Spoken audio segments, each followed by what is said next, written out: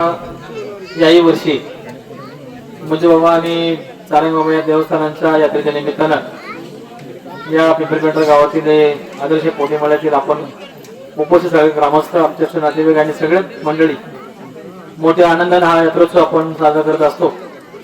आणि या यात्रेचा आनंद खरं तर द्विगुणित करण्याचं काम या निमित्तानं, या सत्काराच्या निमित्तानं खरं तर माझ्या मनामध्ये चांगल्या भावना आहेत की तुम्ही या ठिकाणी मला बोलवलं आणि आमचा मान सन्मान या ठिकाणी आपण केला. निवडणुकीच्या कालखंडामध्ये आताच त्यांनी आमच्या मित्रांनी सांगितलं की या ठिकाणी आपण दिलेला शब्द पाळला आणि खऱ्या अर्थामध्ये खूप अभिमान वाटतो की त्या काळी सगळ्या महिला भगिनींनी मला जी साथ दिली आणि सातत्याने माझी काळजी केली की सर तुम्ही निवडून याल, काय चिंता करू नका, आम्ही सगळे तुमच्या सोबत आहोत. हा दिलेला विश्वास मला त्या कालखंडामध्ये खऱ्या अर्थाने ऊर्जा देत होता.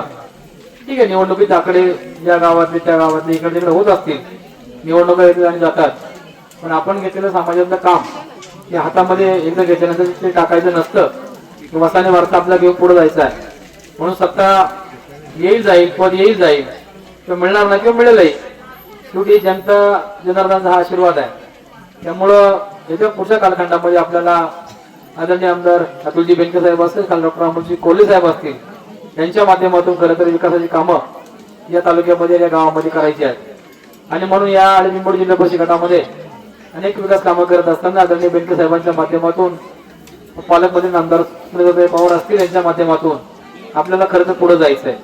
निवडणुकीचा निकाल लागला आणि त्यानंतर 10 मिनिटांमध्ये मी माझी प्रतिक्रिया सांगितली होती माध्यमांना की निवडणुका येतं जात आहेत. मंगेश अण्णांना मी शुभेच्छा निमित्तानं दिल्या, त्यांच्या कामाला शुभेच्छा आपण त्या ठिकाणी व्यक्त केल्या, पण आपण कुठेही थांबलो नाही.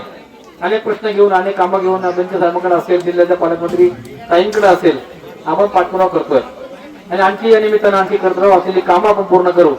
आणि हे अभिवचन मी आपल्या सगळ्यांना देतो.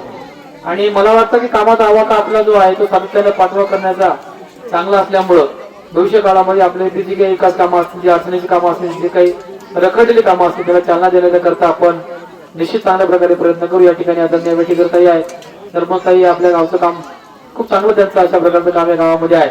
आदरणीय वेठीकर सर आहेत, किसन नाना आहेत, ही सगळी समाजदृष्टी मंडळी गाव उभं करण्याचं काम करतात.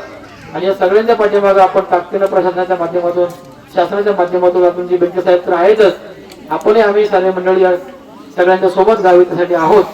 त्यामुळे आपण या छोट्याशा या वाडी वस्तीमध्ये एक चांगला कार्यक्रम या निमित्तानं भरवत आहे. एक चांगला एकत्र येऊन आपण हा यात्रोत्सव साजरा करतोय.